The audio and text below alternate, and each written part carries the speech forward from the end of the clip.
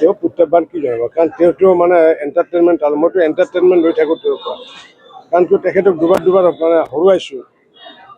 দুবাৰ হৰুৱাৰ যিটো আনন্দ, গতিকে আনন্দ দিয়াৰ কাৰণে তেওঁৰ মানে মই এণ্টাৰটেইনমেণ্ট তালুকদাৰ নাম দিছোঁ। প্ৰাক্তন তালিকাত নাম আহিব নেকি মনোৰঞ্জন?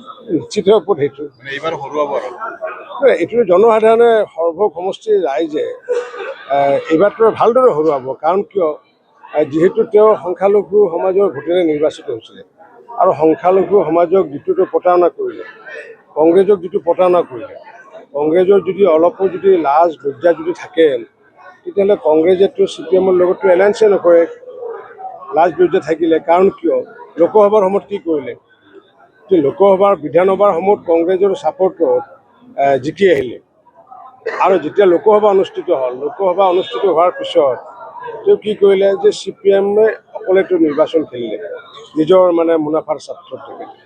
কাৰণ মিত্ৰজোঁটত থাকি পেলাই যদি তেখেতে মই যদি হ'লোহেঁতেন তেতিয়াহ'লে মই কংগ্ৰেছ আগতে ত্যাগ কৰিলোহেঁতেন, ত্যাগ কৰি পেলাই মই লোকসভা নিৰ্বাচন খেলিলোঁ।